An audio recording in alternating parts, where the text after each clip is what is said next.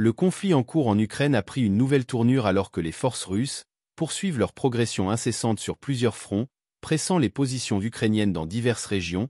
Cette stratégie offensive à multiples facettes est conçue pour déborder et saper les défenses ukrainiennes, créant ainsi des défis tactiques importants pour la nation en difficulté.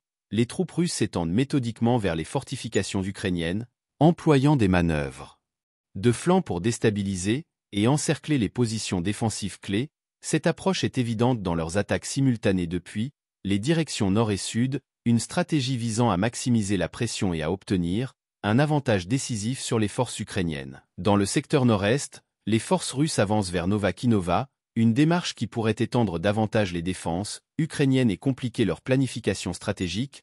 L'avancée vers le nord-est fait partie d'une campagne plus large visant à sécuriser les zones critiques et à établir une position plus solide dans la région.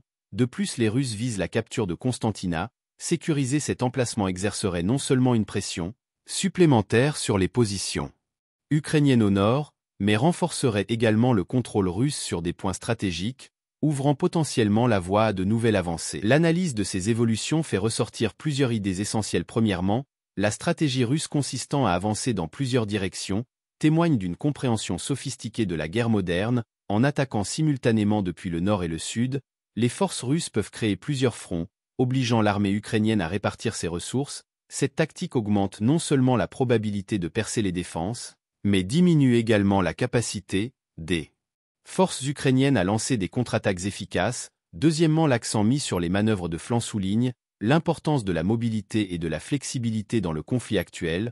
En ciblant les côtés des positions fortifiées, les troupes russes visent à contourner les points les plus forts des défenses ukrainiennes, en les frappant là où elles sont les plus vulnérables. Cette méthode peut conduire à des victoires plus rapides et plus décisives, réduisant ainsi la durée et le coût des engagements. Troisièmement, la poussée vers Novakhinova et l'objectif de capturer Constantina met en évidence la valeur stratégique du contrôle de points géographiques et logistiques clés. Novakhinova, située au nord-est, constitue un nœud critique qui pourrait influencer la dynamique régionale plus large. Pendant ce temps, la capture de Constantina renforcerait l'influence russe sur les positions du nord de l'Ukraine, compliquant encore davantage la posture défensive de l'Ukraine. Enfin, ces avancées sont susceptibles d'avoir des impacts psychologiques et opérationnels importants sur les forces ukrainiennes.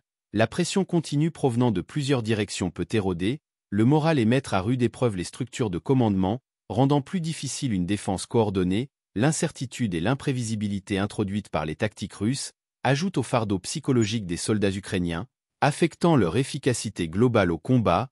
La stratégie russe consistant à avancer dans plusieurs directions, à contourner les fortifications ukrainiennes et à cibler des emplacements stratégiques comme Novakhinova et Constantina représente une approche calculée et multiforme du conflit.